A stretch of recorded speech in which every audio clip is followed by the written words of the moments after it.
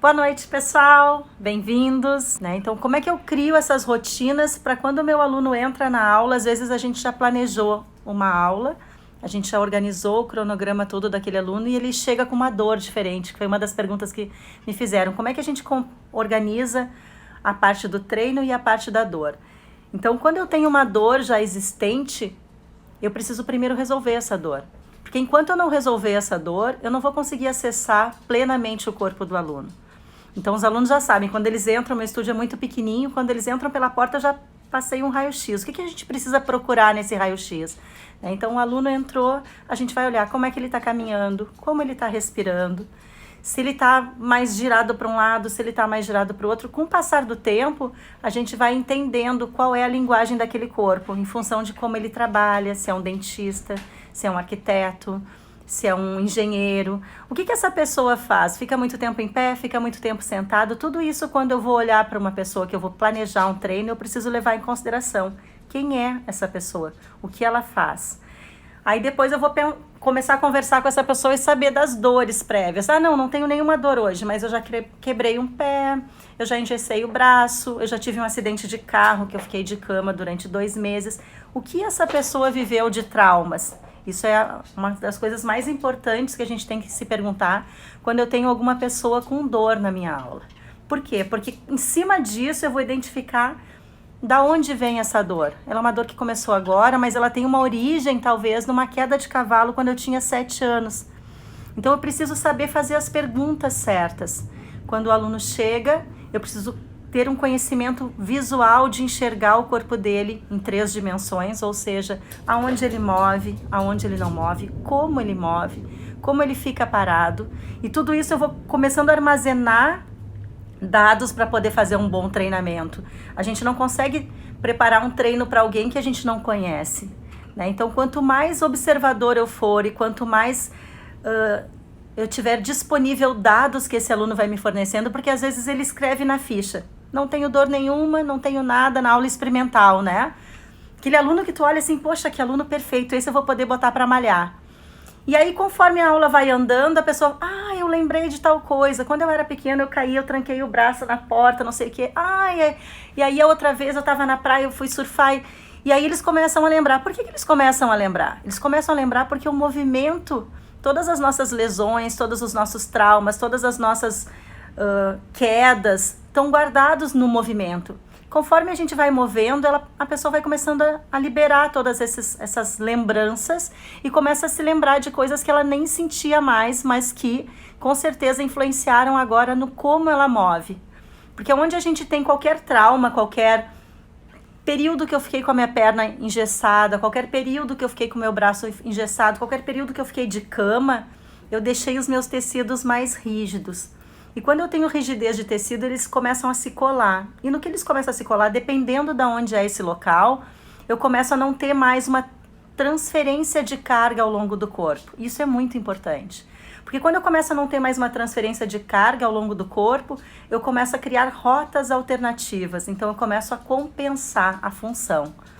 Então o corpo ele precisa mover, ele precisa sobreviver e ele vai dar o caminho dele para fazer isso. Só que ao longo dos anos, repetindo esse caminho, sem a atenção de que ele deveria ir por uma outra rota, a gente começa a criar traumas articulares, dores constantes que a gente não sabe de onde vem, vai no médico, vai aqui, vai ali, e é simplesmente uma disfunção de movimento. Então, quando eu vou olhar para um aluno, eu preciso que do início ao fim da aula ele saia melhor. Mesmo que seja isso aqui. Isso aqui, às vezes, é um respirar um pouco mais amplo. Porque a respiração ela é um dos pontos fundamentais que conectam tudo. Então, se a gente for lá em Joseph Pilates, lá no livro dele, ele fala: primeiro aprenda a respirar e depois mova. Então, não existe um movimento se eu estou preso. Então, o meu gradil costal, as minhas costelas, o meu tronco, ele precisa ventilar amplamente. Quanto melhor eu respiro, mais eu faço conexão dos meus membros com o meu tronco, das minhas pernas com o meu tronco, da minha mão direita com o meu pé esquerdo e assim vai, porque eu preciso de conexões. O corpo ele é um eterno conector. Então, quando eu preciso organizar essas conexões, eu preciso ter uma respiração organizada. Então, a gente vê que muito assim, a maioria das atividades físicas nem pensa sobre respiração, né? Ela simplesmente faz. faz. E sim, se o corpo tivesse organizado e natural, se a gente tivesse ainda aquela vivência de subir em árvore, de pular corda, de fazer brincadeiras de criança, a gente vai ver que de noite, quando a criança deita, o tronco dela inteiro ventila. A criança não respira só na garganta, ela não respira só em alguma parte do corpo, ela respira inteira. Por quê? Porque ela move inteira. Só que a gente, com o passar do tempo, a gente começa a ter uma profissão que nos faz mover sempre para o mesmo lado. Então, às vezes, eu estou trabalhando nas telas de computador e o meu corpo fica girado para lá, porque essa tela é mais importante, apesar de eu ter duas. E aí eu passo o tempo todo aqui. O que vai acontecer? Uma parte do meu corpo vai ventilar mais, a outra parte vai ventilar menos. E o que vai acontecer depois? Os tecidos vão começar a ficar rígidos, porque a gente perdeu uma parte de movimento. E aí entra a importância do Pilates, entra a importância das atividades físicas bem orientadas. Né? Então, o que a gente quer primeiro? Naquela pergunta que a Eri me fez sobre dor e carga. Como é que eu vou organizar isso? Então, para eu poder transferir carga pelo corpo, eu preciso ter movimento. Então, eu vou olhar para o meu aluno, para o meu cliente e vou ver aonde ele não move. Ou se eu não consigo ainda enxergar isso porque eu estou recém começando a dar aula de Pilates, ou estou recém começando a sair da faculdade, ainda não tenho todo esse olhar mais aguçado, aí o que eu vou procurar? Eu vou procurar onde ele move demais. Porque onde ele move demais, eu vou olhando um pouquinho mais para cá ou um pouquinho mais para lá e eu vou achar onde ele não move. Então, sempre uma coisa está grudada na outra. Se eu tenho uma estrutura que move demais, pode ter certeza que a logo abaixo ou logo acima não move nada. E uma das coisas que eu tenho visto muito, assim, ó, nos cursos, então não é só ligado à lesão, à dor, é ligado à função. As pessoas estão perdendo a função dos pés, dos tornozelos, em função do calçado, em função de ficar muito tempo sentada, de ficar muito tempo em pé. Então, a gente perdeu a capacidade de mobilizar os pés, de mexer os dedos, de usar a planta do pé. E ela é o nosso primeiro trampolim. A gente tem 4 trampolins no corpo. Só que a face plantar, a sola do pé é o primeiro trampolim. Se ela não absorver essa carga direito, ela já não transfere direito. Então a gente tem que, primeira coisa, e olha, eu tinha 15 anos, olha, faz um pouquinho de tempo só, e eu fazia ginástica aeróbica. E eu amava ginástica aeróbica. Eu me lembro direitinho que eu chegava em casa, tomava banho, e eu antes de dormir, eu sentia os meus pés cansados, porque ginástica aeróbica a gente pula muito. O que eu fazia? Sem ninguém ter me ensinado, eu dobrava a minha perna, pegava meu pé e ia fazer massagem antes de dormir. Eu massageava dedo por dedo, sola do pé. Então, o corpo conversa com a gente se a gente estiver atento. Agora, vai ter pessoas que vão chegar em casa com os pés doendo, com as pernas doendo, e vão dizer, tá doendo. Não vão buscar uma solução. Entende? Então, o que a gente quer? A gente quer trazer essa solução, porque essa solução ela só é natural, interna, se eu estou atento ao meu corpo. Às vezes eu tenho uma profissão que não traz essa atenção ao corpo, ou não tenho essa vontade de pensar a respeito de mim mesmo. Né? Então, o que a gente tem que fazer? Primeiro, como educador físico, como fisioterapeuta, como pessoa que vai ligar essa pessoa, esse cliente à saúde, eu preciso fazer com que ele compreenda o corpo dele, com que ele aprenda a escutar o corpo. Então, quando eu aprendi a escutar o corpo, eu já vou agora... Meu professor me disse que quando eu sentir isso, eu tenho que fazer aquilo. E aí eu vou começando a trazer essa pessoa a ser responsável pela sua saúde. Então, na realidade, a nossa responsabilidade maior, além de fazer um bom treino, é fazer com que em casa eles também saibam como se autonutrir. Porque não adianta nada uma pessoa passar comigo 2 horas por semana, porque é isso que a maioria das pessoas passa, né? 2 horas, 1 hora por semana, 3 horas no máximo. E aí eu começo a fazer todo um super trabalho e chega em casa, ele se esquarteja, ele cai pro lado, ele tá com as pernas cansadas e não sabe mais o que fazer. Então não adiantou. Então a gente primeiro precisa trazer essa consciência de saúde para a pessoa, para ela se tornar responsável pelo futuro dela, porque é isso que a gente é. Joseph Pilates já falava isso, né? Ele fez um livro todo trazendo isso, a saúde para dentro da responsabilidade própria.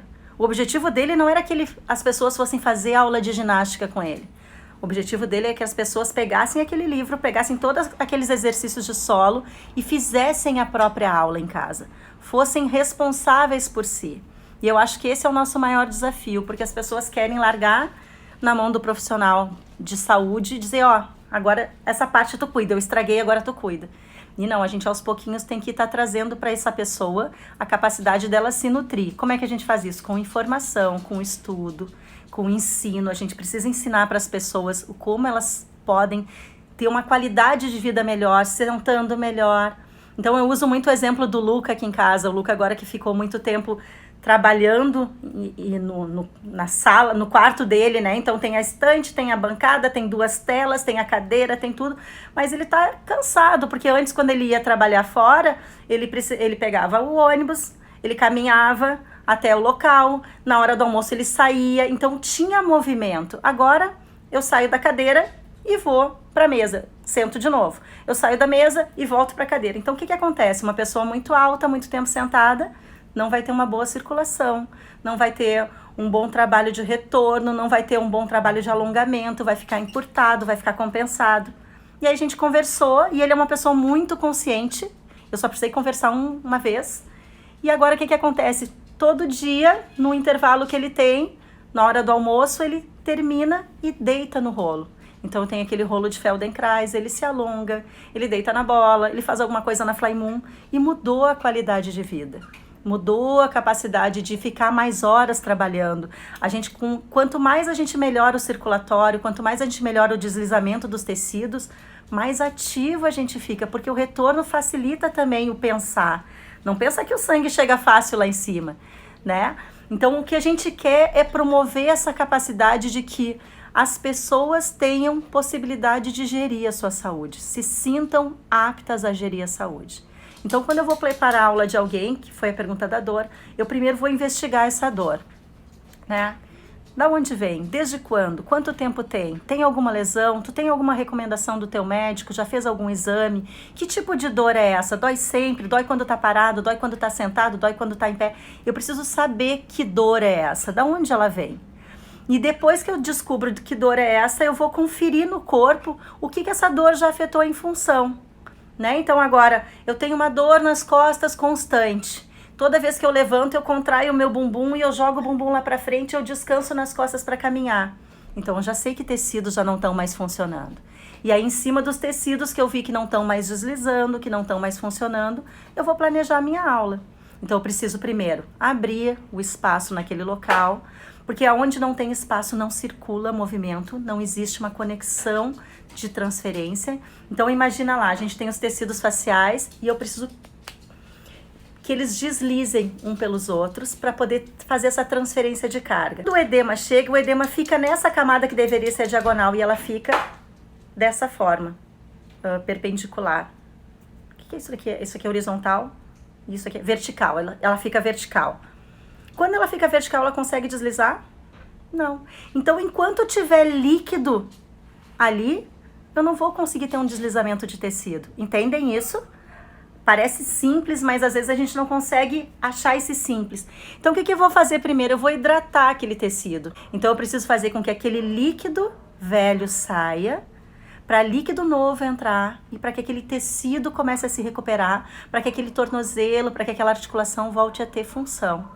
Entendem isso? Então eu tô dando um exemplo pequenininho do tornozelo, mas a gente pode pensar várias N coisas sobre coluna, sobre várias patologias. Mas eu preciso identificar qual é a parte do corpo que tá me levando à disfunção. Qual é a parte do corpo que não tá movendo. Cada vez que eu vou fazer uma ação, eu preciso ter um respaldo anterior de alguma coisa que eu observei.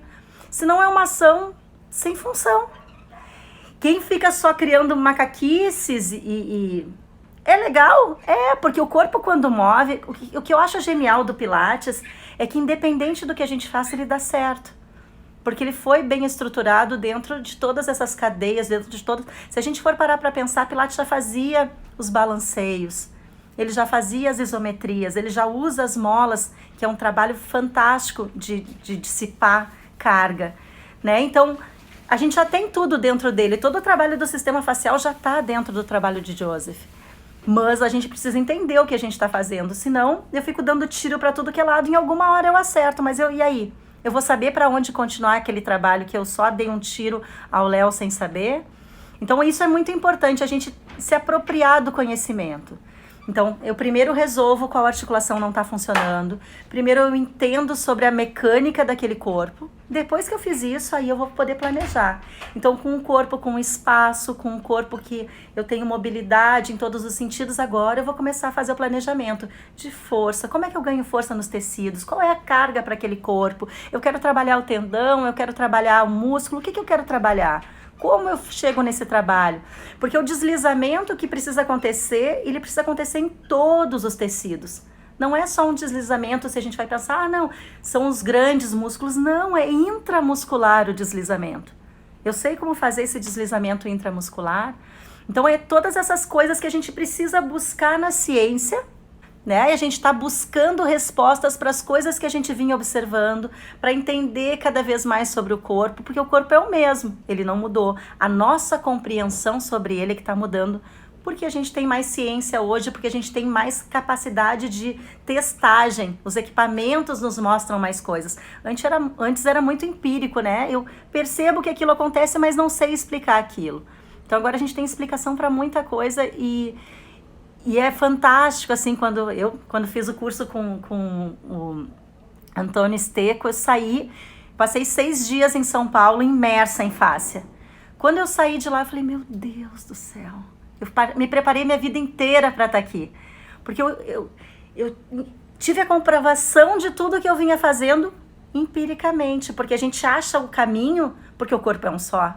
Mas às vezes a gente precisa da explicação, eu preciso sempre de uma explicação para poder ver que eu estou no caminho certo, para poder me manter nessa rota, porque cada vez, quanto mais a gente tem conhecimento, mais a gente sabe que tem que buscar conhecimento, né? A gente nunca está satisfeito, a gente sempre quer um pouquinho mais. Ter uma organização da dor, um mapeamento desse corpo, para depois eu começar a pensar em colocar carga. Porque se eu for colocar carga num corpo que não abriu, que não ganhou espaço, que não sabe ainda fazer essa carga ser transmitida para vários pontos, eu não vou conseguir fazer de forma alguma um trabalho eficiente. E às vezes eu posso até lesionar a pessoa.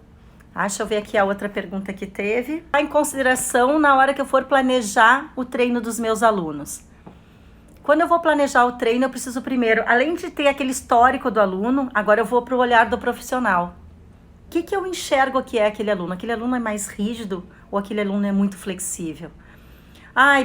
Ele sabe fazer muito bem a flexão para um lado e não sabe fazer para o outro. Ele tem uma escoliose. Agora eu vou para me apropriar do que eu enxerguei.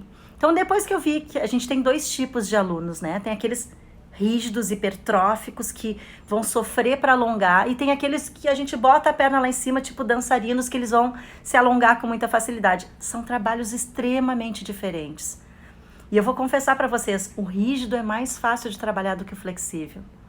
Então, no rígido, o que eu vou buscar? Eu vou buscar espaço de tecido, eu vou buscar movimentos de alongamentos dinâmicos para poder fazer todo o tecido aquecer e trazer para ele cada vez mais mobilidade. Eu vou buscar trabalhos respiratórios bem amplos para fazer com que ele vá buscando através da respiração e através do movimento esse ganho de mobilidade. E na pessoa super flexível, eu preciso trazer para ela força, estabilidade, porque ela não consegue compreender aonde o corpo dela está no espaço. Ela precisa se enraizar no chão, ela precisa ter uns pés firmes, ela precisa ter os isquios, os ossinhos de sentar firmes, ela precisa entender a relação dela com o chão.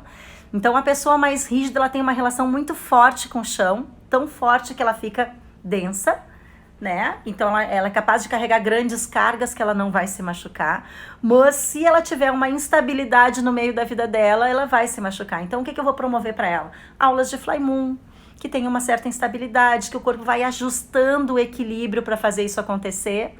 E na pessoa mais flexível, eu preciso trazer carga. Então tem pessoas que vão chegar na aula e vão dizer, poxa, mas eu não quero ficar forte. Mas tu precisa ficar forte, não hipertrófico. É diferente a gente ficar volumoso do que a gente ficar forte. Eu preciso trazer essa consciência para o teu controle de tronco, porque senão eu vou passar o tempo todo perdendo esse controle. Eu não entendo o chão. Quantos alunos de vocês não compreendem o chão? Vocês já notaram isso? Não, mas eu sei que o chão tá ali. Sim, a gente sabe, mas vocês estão usando o chão? Não. A maioria dos alunos não usa o chão para se empurrar, para ficar numa postura antigravitacional. A maioria usa o chão para descansar nele, para descansar nas articulações. Vocês já notaram isso? Então hoje ao meio-dia eu dei uma aula para as meninas, para as instrutoras. É uma turma super gostosa que eu adoro. E no final teve um monte de colocação legal sobre isso. A gente fez footwork. Poxa, mas a gente fez um footwork com classe. Tinha que ver que lindo que estava aquele trabalho de pernas. Então, o footwork é um dos trabalhos mais básicos do Pilates. Mas quando ele é bem executado, quando a gente usa as articulações dos dedos, quando a gente usa as articulações das almofadinhas do pé, do tornozelo, quando a gente começa a compreender que esse movimento parte dessa sensação que eu estou provocando no meu pé, essa percepção de chão, putz, footwork podia ser feito durante 40 horas, que a gente não ia cansar de fazer, mas não ia cansar de compreender a importância dele dentro do Pilates. Então, às vezes, a gente coloca o aluno para fazer footwork e deixa ele fazer assim. Ele se sacode todo, a coluna está se mexendo de tudo que é jeito, e a gente está ensinando ele a perceber o chão. O que vocês acham? Não é porque, assim, eu não acho que a gente tenha que fazer, porque o Pilates teve, pelo menos na minha vida, várias formas de ver Pilates. Eu acredito que na de vocês, quem faz Pilates há mais tempo, quem dá aula de Pilates, eu dou aula de Pilates há 16 anos. Então, desde quando eu comecei era uma coisa muito quadrada, muito rígida. Até porque a minha percepção sobre movimento e corpo, como eu estava aprendendo, normalmente quem está recém-aprendendo, ele é detalhista, mas ele é detalhista na rigidez. Ele não é detalhista na qualidade. Entendem? É um processo que a gente vai passar. Então, eu preciso fazer com que o meu aluno fique assim, porque o ombro tem que estar lá embaixo. E aí, quando a gente vê, a gente está congelando os alunos. Então, ao invés da gente estar dando uma capacidade dele se relacionar bem com o corpo, a gente está trazendo rigidez. Porque onde eu trago muita informação, eu começo a criar rigidez. Eu crio uma pré-intenção. Então, hoje eu falo muito com os alunos assim, olha, o movimento correto de caminhar é esse, mas eu não quero que tu caminhe pensando. Eu quero que tu pense aqui na hora do exercício e que depois no teu dia a dia tu sinta o chão. Tu empurre o chão, tu usa um livro no topo da cabeça para empurrar esse chão. Imagina que tá pendurado com balões atrás da nuca para crescer para longe desse chão. Então eu preciso trazer conforto, o movimento precisa voltar para o natural. Ele não pode ficar preso a um padrão de certo, porque não existe o padrão de certo e errado. O corpo vai mover dentro das possibilidades dele. E ao avançar do tempo, ele vai começando a ganhar mais disponibilidade de tecido, mais percepção de onde ele está no espaço. E isso vai fazer a mudança dos tecidos. Só que isso eu preciso dar vários estímulos diferentes para o aluno. Então, se eu chego numa aula... então hoje a Tati diz que tem que dar estímulos diferentes. Então, cada aula vai ser uma coisa diferente. Mas e qual é o objetivo? Então, entende quando a gente pensa num treinamento... Numa aula de Pilates, ela é um treinamento. Eu tinha, na época que eu trabalhava lá na Sal da Terra, Simone, e eu tinha um aluno que o objetivo dele era para ir para Santiago de Compostela, fazer aquela caminhada. E ele era um senhor já, e ele era todo rígido, o tornozelo dele era completamente duro, ele não movia quase coluna, quadril. Eu falei, gente, vai se machucar. 7 quilos no ombro, de mochila para carregar, fazendo uma caminhada, porque ele ia junto com um amigo que ia pagar uma promessa. Aí eu falei, não, fica tranquilo que nós vamos te preparar. Quando é que é a tua caminhada? É no final do ano. Ok. Fiz um planejamento a longo tempo. Então a gente estava lá no início do ano, eu fiz um planejamento que em novembro ele ia chegar com mobilidade de tornozelo, ele ia chegar com mobilidade de quadril, ele ia chegar com mobilidade de joelho, ele ia ter mais ou menos tal coisa de alongamento, e eu fiz uma ideia de onde eu ia chegar. Idealizei o que eu queria para ele. Aí o que eu fiz? Agora vamos para voltar. Então eu sei aonde eu quero chegar. Como eu ganho cada uma dessas valências? Agora desse jeito. Quais são os melhores exercícios para essas valências? Lá no primeiro mês. Tais, vamos colocar. E vai vendo a evolução. Então, quadro a quadro, se a gente sabe onde a gente quer chegar, a gente consegue planejar como chegar. O que aconteceu? Em outubro, ele chegou onde eu tinha pensado que ele ia chegar no final de novembro, início de dezembro. E foi lindo de ver o trabalho, porque realmente aquele trabalho tinha um prazo. A gente precisava cumprir o prazo. Só que ele também era fantástico no sentido de que ele fazia o tema de casa. Porque a gente não faz mágica, né? A gente pode Pode ser a melhor professora que for, pode ser o melhor instrutor que for. Se o aluno não está junto, não acreditou no teu trabalho, vai conseguir 50% do que tu planeja. Né? Então eu preciso fazer primeiro que ele compre a minha ideia de saúde, de qualidade de vida. Que ele entenda que aquele exercício é importante para ele. Então assim a gente tem vários casos, outros que não conseguiam mais andar de avião porque não conseguiam sentar por tantas horas, não andavam mais no carro, estavam pensando em trocar de carro. E tudo isso a gente foi conquistando. Por quê? Porque eu vou trazendo, ó, percebeu? Viu como melhorou? Experimenta agora o outro lado, experimenta tal coisa. Então eu vou fazendo com que o aluno tenha o prazer em reconhecer o quanto ele está melhor. Porque às vezes se eu não reconheço, tem muita gente que gosta de conversar no Pilates. Eu vou ser sincera assim, eu não me oponho.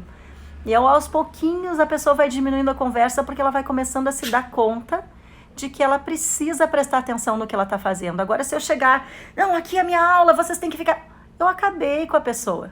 Eu não vou acabar com ninguém. Eu quero que as pessoas tenham prazer na minha aula. Eu quero que as pessoas movam com prazer. Porque um dos componentes fundamental de deixar o tecido no pH ideal para ele deslizar é o prazer. E se a gente tirar isso das pessoas, então sai do Pilates, procura uma coisa que tu faça com prazer, que vai te fazer mais bem. Entende? Então, cada cabeça é uma sentença, respeito todas as outras opiniões. Eu acho que as pessoas sim precisam se disciplinar, no sentido de que se elas têm um objetivo, elas precisam cumprir os objetivos, mas as pessoas têm o seu tempo para achar essa disciplina. E aí cabe ao professor a ter aquele... Ai, mas eu não estava afim de fazer tal aula. Tudo bem, a aula é para ti, não é para mim. Esse é o melhor exercício para ti hoje. Mas se tu prefere fazer um outro, tem esse aqui que é primo dele, que é muito legal também, tu vai adorar. E a pessoa vai e curte. Daqui a pouco ela te olha e diz assim, quem sabe vamos experimentar aquele que tu planejou? Vamos. Entende? Então é ser amoroso, é permitir que o outro descubra o prazer pelo que tu ama. Porque na realidade, assim, todos os exercícios do Pilates eu sinto prazer. Porque eu amo o que eu faço. Mas eles não gostam ainda, eles estão ali porque o médico mandou, eles estão ali porque alguém pediu para fazer. Eles ainda não sentiram a necessidade de melhorar com aquilo ali. E cabe a nós, além de promover a saúde, fazer com que eles gostem de buscar a saúde. Né? Eu acho que esse é o grande desafio do instrutor. Mas eu não me lembro mais por que eu voltei nessa história. Era por causa do planejamento, né? Então eu preciso saber aonde eu quero chegar, eu preciso enxergar quem é esse aluno e eu preciso planejar junto com ele essa melhora. Porque se ele não acredita no que eu estou fazendo, ele não vai vir junto comigo para melhorar. Bem, uma de aula é uma coisa que eu vou construir a longo tempo, a longo prazo. Então eu vou pegar, daqui a 6 meses eu quero que tu faça... Vamos transferir para exercícios. Então se eu estou preparando um aluno para a prova de Pilates, a prova dele é daqui 6 meses. Então, daqui 6 meses ele tem que fazer todo o repertório de Pilates. Então, daqui 6 meses tu tem que fazer rollover shoulder stand, que é um exercício que é no leather barrel, que a gente vem lá de baixo, subindo as pernas, vira pro rollover, vai pro teto com as pernas, fica numa vela invertida e depois desce até o chão. É um exercício que olhando ele fala, e ele não é difícil. Ele é extremamente fácil se todas as partes foram bem compostas. Então, como é que eu vou fazer para esse aluno de curso, daqui 6 meses, tá com esse movimento ok? Eu vou pegar e vou lá para o início, para a família bem do baby class dele. Então, eu vou começar a ensinar o aluno a mover num bom swan, porque ele tem que começar deitado, com o peito lá para o teto. E depois eu vou botar esse aluno a mover numa boa flexão, porque ele tem que ter força e controle, ele tem que entender que as pernas partem do centro. Então, que exercícios eu poderia dar para ele entender que as pernas partem do centro? Às vezes até um pelvic clock, lembra daquela forma que eu dou para vocês no mat? Sobe a perna, faz uma pressão da mão contra o joelho contra a mão, e eu faço o movimento da báscula, virando o prato de sopa para o umbigo e virando para cima.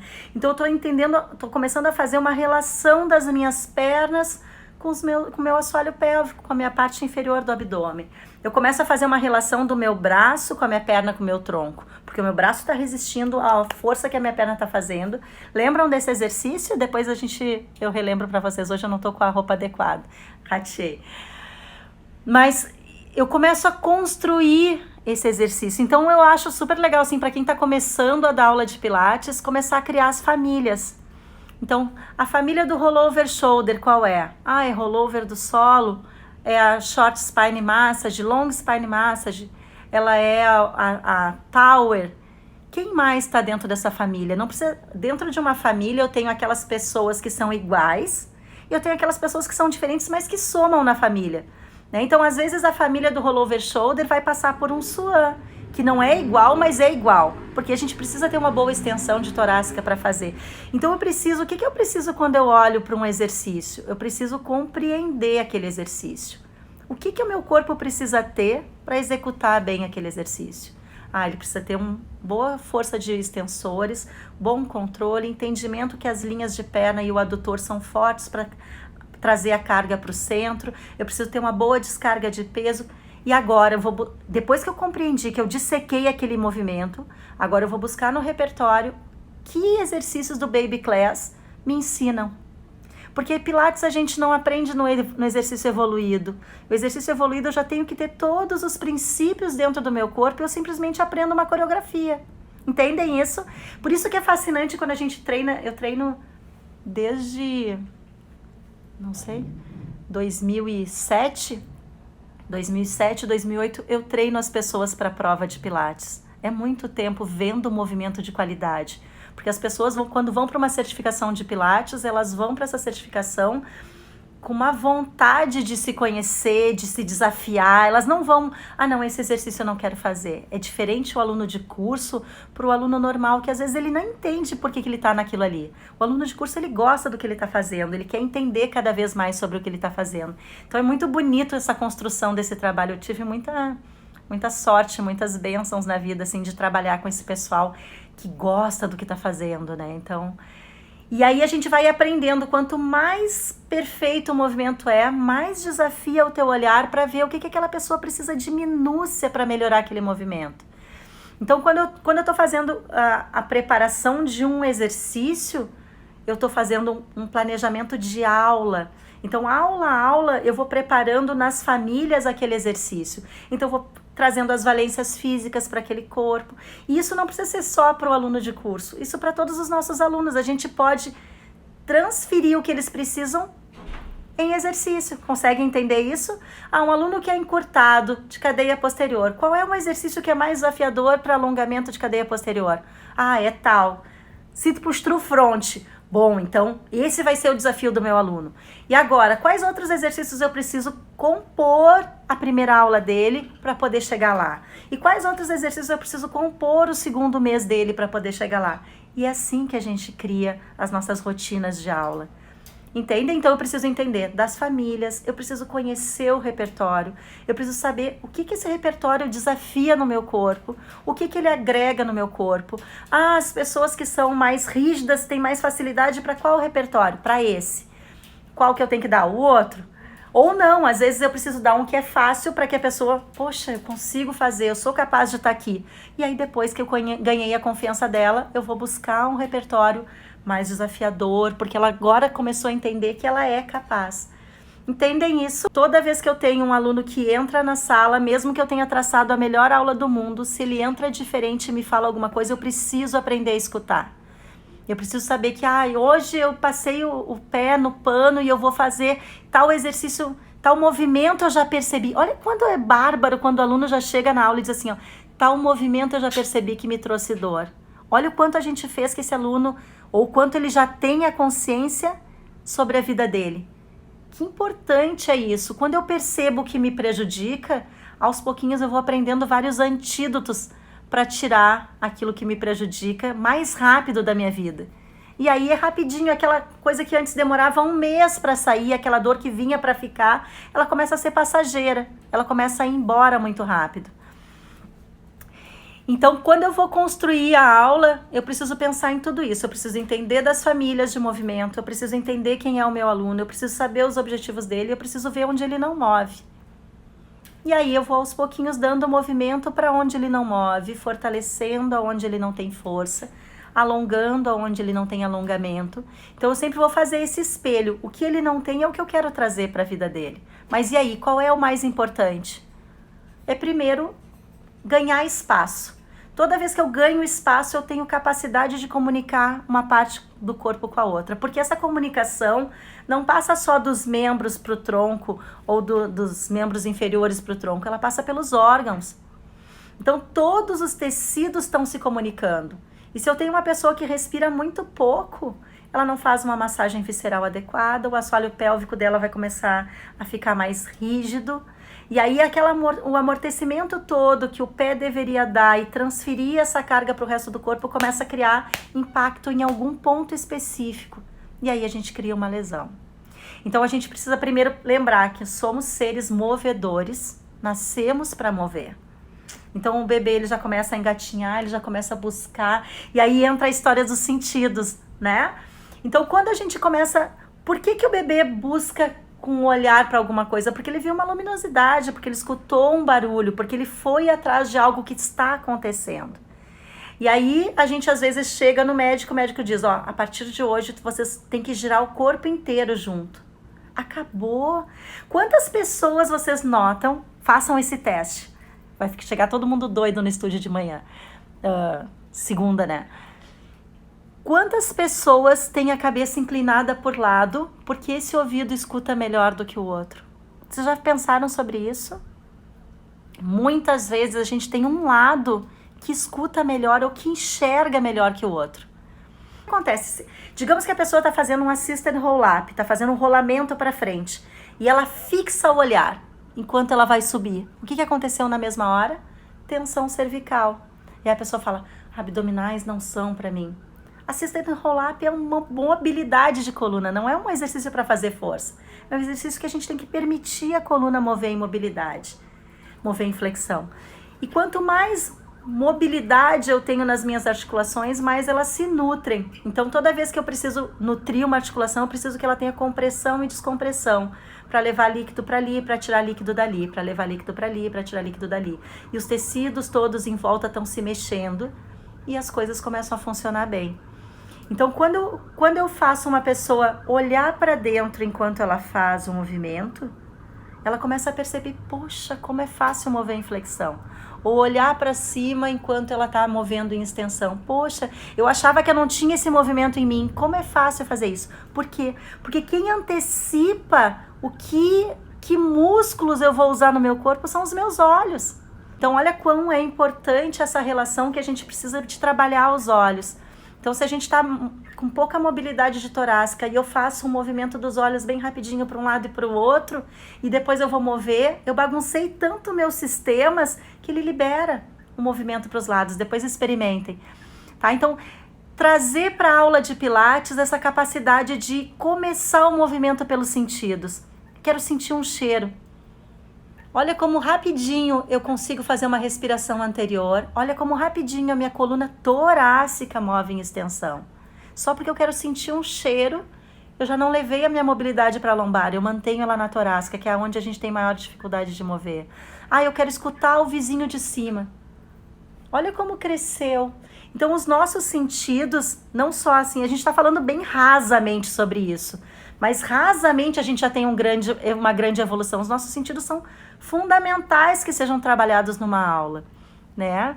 Então, é importante que a gente comece a se dar conta que muitas vezes os nossos alunos estão com o olhar parado. E o olhar parado, ele para de lubrificar a articulação, o globo ocular, não é? A gente começa a ficar sem foco, a gente começa a ficar sem uma perspectiva de vida. O olhar parado, num sentido geral, ele também é uma perda de objetivo. Então, quando a gente trabalha o olhar, quando a gente trabalha o escutar, quando a gente trabalha a língua tem a ver com o assoalho pélvico. Então, tem várias coisas que a gente começa a trabalhar de forma, às vezes de brincadeira, às vezes de desafio para o aluno, e ele começa a ganhar mobilidade de forma geral no corpo. Então, os pequenos ossos, os pequenos sentidos, essa sensação, como é que eu sinto a mão, trazer as percepções para dentro da aula são fundamentais para esse ganho de contato com o chão, para essa capacidade de se apropriar de quem a gente é, de que movimento a gente vai escolher fazer, de que forma a gente vai fazer, sem virar um robô. Então é muito mais pela percepção, pela capacidade de se relacionar com o meio, porque na realidade para que servem os sentidos? Essa relação com o meio, Para que serve movimento? Para eu sobreviver em relação com o meio. Então, se eu consigo juntar tudo isso, eu trago mais prazer e mais naturalidade ao movimento do aluno. Mas é começar a trazer esses fios, assim. Eu quero trazer para vocês essa vontade de... Eu sou uma pessoa que pensa muito, vocês já notaram, né? Então, eu gosto de estudar muito, eu gosto de pensar muito, eu gosto de escutar os outros, o que eles pensam, porque às vezes tem uma coisa que a gente não pensou ainda e que tá ali na frente, né, esperando para ser visto. Mas o que eu senti muito nesses 17 anos, 16 anos, quase 17 que eu trabalho com Pilates, de crescimento foi isso. A gente saiu de um Pilates robotizado para um Pilates, viva o Pilates, viva o movimento, sinta o movimento, participe da sua construção, né? E isso é importante, porque no dia a dia a gente não vai estar com o aluno. Se tiver uma pedra na frente dele e ele for tropeçar e for cair, mas a gente não ensinou como levantar do chão, uma pessoa que tem 87 anos, ela vai levantar sozinha? Não vai. Então isso eu achei bárbaro quando eu fiz um curso de Connector com o Vitor Yuga. Ele é fantástico também, eu adoro. E ele trouxe essa questão pra gente. Eu nunca tinha parado para pensar, nunca tinha trabalhado assim com essa parte funcional do idoso de sair do chão. Falei, gente, quando chega um idoso no estúdio, o que a gente faz? A gente coloca ele na cama mais alta. E tem pessoas que vão passar a aula inteira e a vida inteira trabalhando aquele idoso na cama mais alta. Só que ele tem um sofá na casa dele que é baixo. Ele tem uma coisa que ele... Às vezes ele vai escorregar, ele vai precisar sair do chão. O que a gente precisa fazer? A gente precisa ensinar a função para essa pessoa. Como é que eu levanto do chão? Como é que eu saio daqui? Qual é a melhor forma de eu sair daqui? Então, para isso, eu preciso ter essa interação de como eu sinto minhas articulações. Então, eu amo a Fly Moon, porque ela traz toda essa coisa. O trabalho do idoso em cima da Fly Moon é fantástico. É fantástico. Eu tenho 5. 3 estão aqui em casa e 2 estão no estúdio, porque eu sou gulosa. Então, toda hora, fica um pouquinho em cima. Vocês vão ver que a percepção de carga muda. Porque carga não tem a ver com rigidez, tem a ver com stiffness, que é o tanto de carga necessária para cada movimento. Às vezes a gente vai pegar uma mala do chão achando que ela tá pesada, a gente faz aquilo e lança a mala para cima. Eu tenho uma história de uma aluna que foi muito legal. Bem no início, quando eu comecei a dar aula de Pilates, eu dava aula de Pilates de solo num condomínio lá na Bordini. E aí uma vez a aluna veio me falar assim, ai, Tati, passei maior vergonha no supermercado. Eu falei, o que foi, né? Ela, ai, eu tô ficando muito forte. Eu falei, por quê? Ela disse, normalmente eu pego um saco de 5 quilos e faço uma super força para botar ali no carrinho. E eu fiz a mesma intenção de força para botar no carrinho e eu lancei no colo de uma pessoa. Então a gente começa a ver que a relação de carga, ela tá muito dentro da gente, do que a gente espera que aquela coisa seja. E a partir do momento que eu começo a trabalhar a parte sensorial, esses ajustes começam a acontecer. Então, a previsão para aquela carga, o feedback e o feed forward começam a acontecer mais reais, né? Então, eu achei que era aquela carga e aquela carga é. E eu começo a ter movimentos cada vez mais naturais, porque a força, ela não está no trofismo, ela está na capacidade de movimento eficiente. De quanto eu vou usar tanto do meu corpo todo para fazer com que aquele deslizamento aconteça. E a gente vai falar de muitas mais outras coisas, mas hoje seria essa palavra curtinha com vocês, que não foi tão curtinha assim, já está fechando 1 hora agora. Então, espero que vocês tenham gostado. Se surgiu mais caraminhola, se surgiu mais perguntas, me mandem. Eu adoro as perguntas de vocês, porque faz eu pensar. Toda vez que eu dou um curso, toda vez que eu converso com pessoas da área, eu penso mais ainda, porque às vezes as perguntas que vocês fazem eu nem tinha pensado a respeito ainda. E é legal a gente escutar muito da experiência do outro também. Então, muito obrigada pela presença. E se relacionar com o meio, de transferir essa carga, porque cada equipamento de Pilates que a gente toca, ele tem que fazer parte do nosso corpo. Então, o tanto de carga que eu coloquei naquela mola precisa ser compreendida pelo meu punho, pelo meu cotovelo, pelo meu tríceps, pelo meu grande dorsal, precisa chegar no controle central. Então, cada vez que a gente vai organizando, depois outro dia a gente vai falar sobre isso, sobre como organizar a carga dentro do treino, como eu enxergo se a carga está de mais ou se está de menos, aonde que eu vejo esses objetivos acontecendo. O que eu quero? Eu quero cada vez mais pessoas juntas construindo um movimento legal. Porque tem aluno para todo mundo, graças a Deus o mundo inteiro precisa mover bem. E cada um sendo responsável por si, compreendendo a importância de mover todas as articulações, de mover todos os tecidos, de permitir que as coisas aconteçam no corpo, vai fazer isso, vai trazer mais saúde. Quanto mais saúde a gente tem, mais a gente esbanja vontade de ajudar o outro, vontade de se colocar no lugar do outro. Eu acredito muito assim nesse... Eu sou um pouco alô além, mas eu acredito que se a gente está de bem com a gente, se a gente consegue fazer que o outro se sinta tão bem também, as coisas vão mudar. A gente vai conseguir fazer com que o mundo seja mais legal para os nossos filhos. Tá? Então, super, super, super obrigada pela presença de vocês. Eu sei que foi muito cedo hoje, prometo que no próximo eu marco para 8h30, que daí todo mundo já conseguiu chegar em casa. Beijão, obrigada pela presença.